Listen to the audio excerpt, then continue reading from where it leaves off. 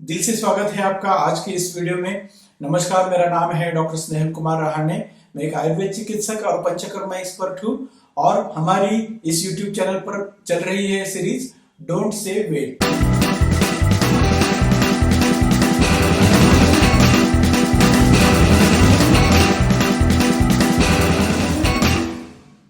Don't say wait में हम बात करते हैं उन नेचुरल अर्जेस के बारे में जो आयुर्वेद शास्त्र में बताई है, जिन्हें रोकना नहीं चाहिए या जिन्हें रोककर हम शरीर में विकार बनाते हैं। और इसी श्रृंखला में आज हम बात करेंगे मलवेग के बारे में। मलवेग को रोकना शरीर में निश्चित तौर पर विकारों को बढ़ाता ही है। कई बार हम देखते हैं कि लोग जब ट्रैवलिंग करते हैं, बाहर रहते हैं, कभी किसी प्रोग्राम में रहते हैं, लोगों के साथ रहते हैं, कभी काम में रहते हैं तो वर्क प्रायोरिटी रहती है, कभी संकोच की वजह से मल के वेग को रोकते हैं। मल का वेग जब आता है, नेचुरल अर्ज जब आती है मोशंस के लिए, तो जब इसे रोकते हैं तो ये मल जो है ये शरीर के अंदर रहकर शरीर में दूसरी विकृतियां निर्माण करता है। आयुर्वेद शास्त्र में इसका बहुत अच्छे से वर्णन आया है। आयुर्वेद शास्त्र में ही नहीं, मॉडर्न साइंस भी ये मानता है कि जब आप इस मल वेग को रोकते हैं तो ये शरीर में फिर से विकार तैयार करता है। मेडिकल न्यूज टुडे के अनुसार अगर आप इस मलवेग को रोकते हैं, मोशंस अगर आपको आते हैं और आप इसे रोकते हैं, तो निश्चित तौर पर ये शरीर में कॉन्स्टिपेशन, हैबिचुअल कॉन्स्टिपेशन बनाता है। कॉन्स्टिपेशन यानी मलावस्टंभ के विकार शरीर में बनाता है। आगे उनके रिसर्च में उन्होंने ये भी बताया है कि इस आदत की वजह से जो मल शरीर में रह जाता है, जो शरीर से बाहर नहीं जाता है, उसमें जो पानी है, उसमें जो वाटर है, वो शरीर में एब्सॉर्ब होता है। रीएब्सॉर्ब वो पानी होके वो जो मल है वो हार्ड यानी कड़क स्टूल में परिवर्तित हो जाता है। और इसकी आदत लगा लेने से इनकॉन्टिनेंस मतलब मल प्रवृत्ति का कंट्रोल खो देना। मल प्रवृत्ति के लिए जो वहां पर मसल्स काम करते हैं, अगर आप ये आदत लगा लेते हैं मल प्रवृत्ति को रोकने की, तो उनका काम बिगड़ जाता है और इनकॉन्टिनेंस होकर जो कंट्रोल रहना चाहिए मल प्रवृत्ति पर, वो निकल जाता है। कई बार हम देखते हैं कि कई लोगों को मल प्रवृत्ति अपने आप हो जाती है, ध्यान में भी नहीं आता है, हो जाती है। तो उसके पीछे इस वेग को रोकना, मल वेग को रोकना एक बड़ा कारण रहता है। और इतना ही नहीं, फीकल इंपाक्शन, इसका मतलब है कि मल जो है वो हार्ड बनकर आंतों में, इंटेस्टाइन में कहीं पर एम्बेड हो जाना, कहीं पर चिपक जाना, इतना भी उसका कॉम्प्लिकेशन हो सकता है। और इससे आगे जाकर इससे गट परफोरेशन यानी जो आपके आंतड़े हैं, जो इंटेस्टाइन है, उसमें छेद भी तैयार कर सकता है। इतनी ये बुरी आदत है। ये मॉडर्न साइंस का ये रिसर्च है। अब आयुर्वेद संहिता की अगर हम बात करते हैं तो निश्चित तौर पर आयुर्वेद संहिता में भी इसके लिए बहुत सारा वर्णन आया हुआ है। महर्षि वाग्भट जिन्होंने अष्टांग हृदय की निर्मित की है, उन्होंने भी विस्तार से इस चीजों का वर्णन किया है। कौन कौन से विकार हमें हो सकते हैं, इससे क्या क्या चीजें शरीर में हो सकती है, ये सभी अष्टांग हृदय में वर्णन आया है। अपने सूत्र स्थान में महर्षि वाग्भट ने लिखा है कि शकृतः पिंडिको द्वेष्ट प्रतिशाय शिरोरुजः ऊर्ध्ववायुः परिकृतो हृदयस्य उपरोधनम मुखेन विप्रवृत्तिश्च पूर्वोक्तश्च आमयः स्मृता। इसका मतलब है कि अगर शकृत यानी मल वेग को अगर हम रोकते हैं तो इसे शरीर में जो विकार बनते हैं उसमें सबसे पहले इन्होंने वर्णन किया है वो है पिंडिकोद्वेष्टन। पिंडिकोद्वेष्टन यानी पिंडलियों में उद्वेष्टन होना, पिंडलियों में क्रैम्प्स आना। हमारे जो पैर की पिंडलियां रहती है, काफ मसल से रहते हैं, तो इसमें उद्वेष्टन होना। जब वात वृद्धि शरीर में होती है तो उसका ये लक्षण है। और जब आप इस मल प्रवृत्ति को रोकते हैं, उसकी आदत बना लेते हैं, तो निश्चित तौर पर इससे शरीर में इस प्रकार के वात विकार बनना शुरू होता है, जिसका पूर्व रूप होता है पिंडिकोद्वेष्टन। तो उससे ये शुरुआत होती है। आगे बताया है प्रतिशा। प्रतिशा यानी सर्दी जुकाम बार बार होना। ये जो चीजें हैं ये शरीर में मल की वृद्धि होने से, शरीर में अशुद्धियां होने से ही होती है। जो शरीर में हमारे टॉक्सिन्स बढ़ते हैं, जो अशुद्धियां बढ़ती है, वही इन विकारों को जन्म देती है। एलर्जी जिसे हम कहते हैं, जो शरीर में टॉक्सिन्स बढ़ने से ही होती है। अगर सभी लोगों को धूल से तकलीफ होती नहीं है और आपको ही होती है, तो इसका मतलब है आपके शरीर में अशुद्धियां बढ़ी है, आपके शरीर में कुछ विकृति है, जिसकी वजह से आपको उस विकृति पर काम करना जरूरी है, उस लक्षण पर काम करके आपको उस कारण को ढूंढना चाहिए, जो कारण मल प्रवृत्ति को रोकना, ये भी एक कारण उसका हो सकता है। आगे बताया है शिरोरुजहा। शिरोरुजहा मतलब सिर में दर्द होना।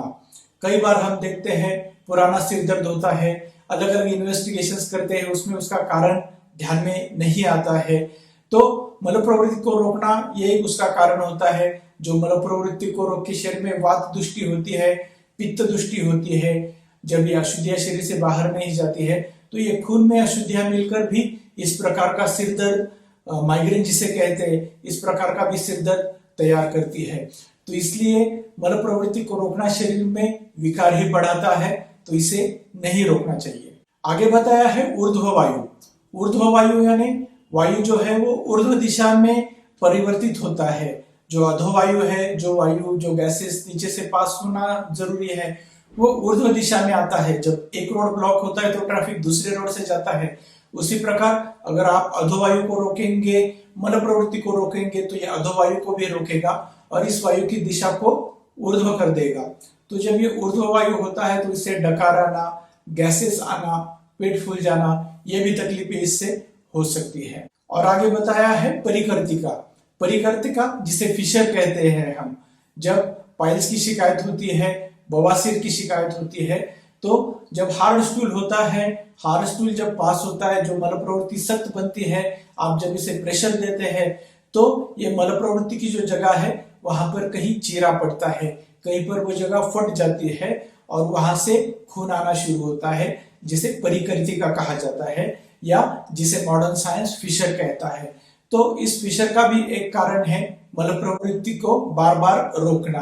तो इसलिए इस आदत से दूर रहना ही आपके स्वास्थ्य के लिए अच्छा है, तभी आप स्वस्थ जीवन जी पाएंगे।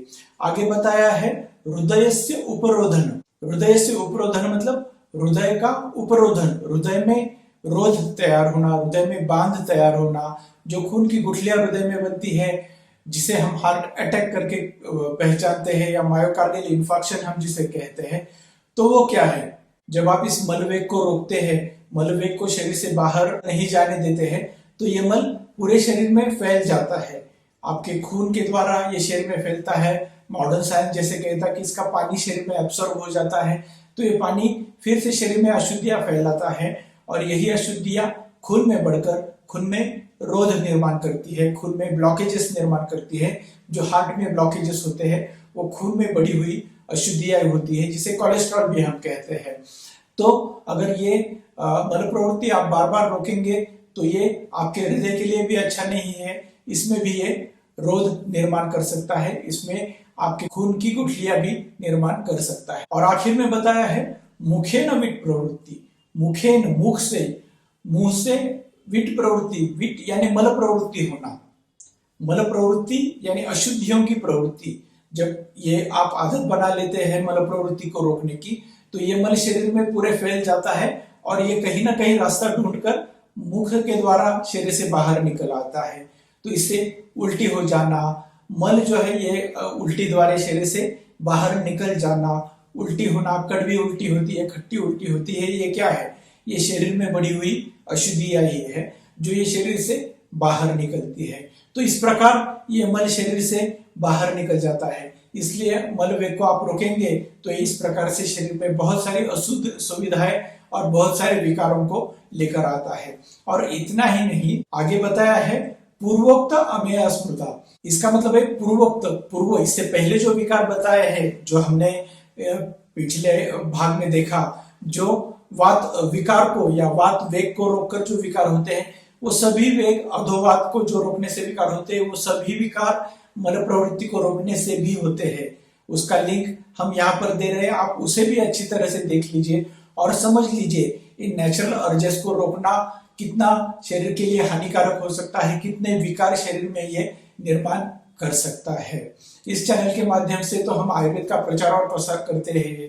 हम अगर आप चाहे तो आपको भी ऑनलाइन कंसल्टेशन के माध्यम से आपका विकार मिटा सकते हैं, आपको मदद कर सकते हैं आपका विकार ढूंढने में, उसके सही कारण क्या है उन्हें ढूंढने में। तो विश्व मंगल के ऑनलाइन कंसल्टेशन का लाभ लीजिए और स्वस्थ रहिए। हमारे साथ बने रहने के लिए, आपके हमेशा के प्यार के लिए आपका बहुत बहुत धन्यवाद। इस वीडियो को आपके दोस्तों तक फैलाइए, आपके परिवार में सबको दिखाइए कि ये छोटी छोटी आदतें आपके आरोग्य को, आपके शरीर को कैसे बिगाड़ती है और इन्हें बदलकर ही हम कैसे स्वस्थ रह पाएंगे। फिर से मिलेंगे हमारे अगले वीडियो में, तब तक खुद का ख्याल रखिए, निरोगी भव।